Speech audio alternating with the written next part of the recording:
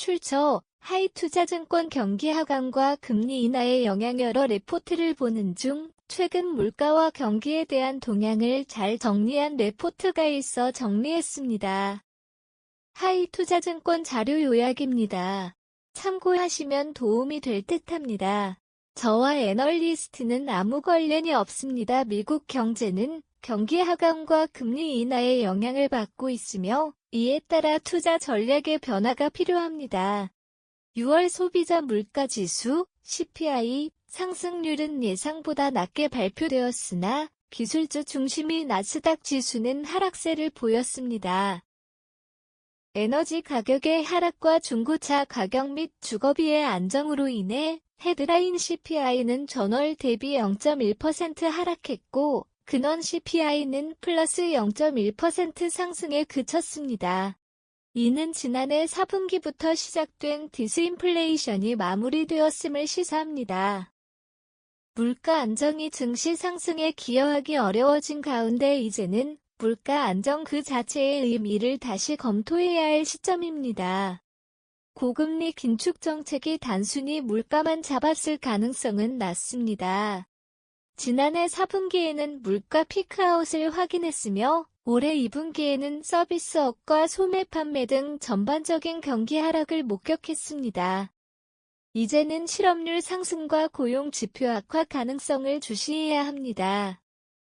기업이익 또한 중요한 변수입니다. 금융주 실적 발표와 함께 시작되는 이번 실적 시즌에서는 경제 지표와 달리 EPS 상승 추이가 견조합니다. 그러나 물가와 경기 하락이 기업 이익에 부정적 영향을 미칠 가능성은 배제할 수 없습니다. 하반기 미국 경제가 하강할 가능성이 높아 보이지만 소프트 랜딩에 성공할지 여부는 불확실합니다.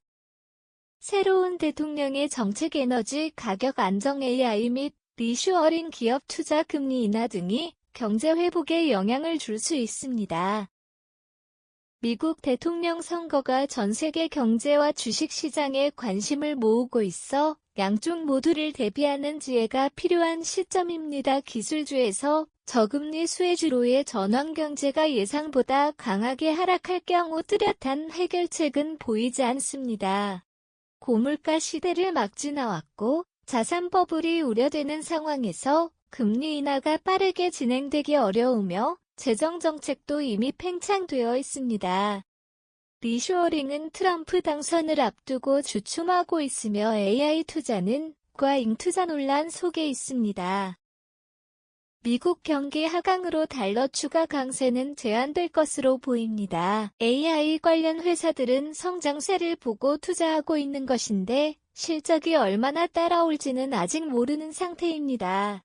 어제 엔화는 시장 개입 논란 속에 강세를 보였으며 일본은행, 바지, 이금리 인상을 시작하고 연준이 금리를 인하하면 엔화 약세 속도도 늦어질 것입니다. 미국 경기와 글로벌 자금 흐름의 변화로 인해 자금 흐름이 미국에서 비미국 지역으로 이동할 가능성이 있습니다. 미국 증시 내에서도 스타일 변화가 이미 나타나고 있습니다. 경기 하강과 금리 인하가 나타나면 나스닥 기술주에서 러셀 2000 헬스케어 등 저금리 수혜주로의 전환이 필요합니다.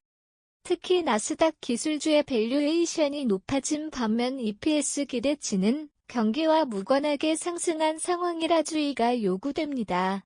국내 증시에서는 원화 강세와 금리 인하 기대가 긍정적 요인으로 작용할 수 있으나 미국 소비 및 투자 하강 우려는 부정적 영향을 미칠 것입니다. 지수는 나스닥보다 코스피가 상대적으로 나을 수 있으나 추가 상승은 어려워 보입니다.